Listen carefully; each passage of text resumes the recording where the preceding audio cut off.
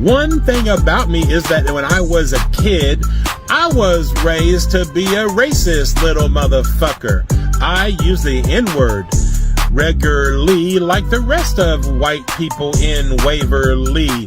Yes, where we live, there was a place called N-word Holler. All the white people referred to it as that. It's a small town in Tennessee. Another thing about me is that when I was a kid, I was persecuted by my own family and hated by my own family because I was fat. I was a chubby little boy, and I was persecuted and shamed to the point of emotional breakdown, continually traumatized and shamed to death as a kid. And it affected me. And when I got older, about 18 and 19, I began to realize all that abuse and all that hate that I endured as a kid was because of bigotry, was because of prejudice. So I began to develop a real hatred for bigotry and prejudice.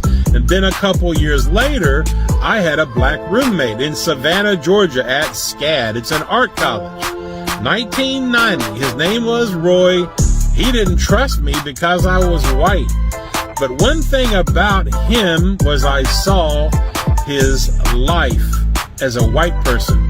We lived together for 9 months, and I watched this man, this boy, this teenage guy about 19 years old go through literal hell because he was black.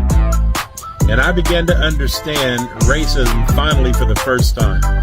I'd already stopped using the N-word, but now, because of what I saw him get arrested by a racist landlord, I saw the police arrest him, all because he was black, folks, and that is no exaggeration.